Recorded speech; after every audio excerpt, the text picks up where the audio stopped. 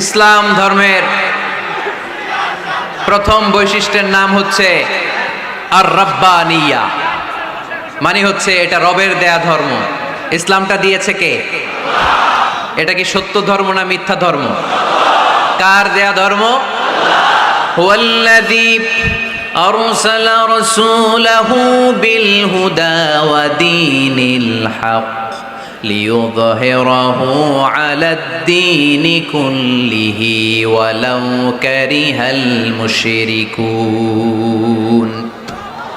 তিনি তো এমন সত্তা যিনি তার নবীকে সত্য ধর্ম দিয়ে পাঠিয়েছেন, হেদায়েত দিয়ে পাঠিয়েছেন। মুশরিকরা কোরআনকে, ইসলামকে যতই না অপছন্দ করে, ইসলামের আওয়াজকে কেউ থামাতে পারবে না। এজন্য ইসলামের প্রথম বৈশিষ্ট্যের নাম আর রাব্বানিয়া।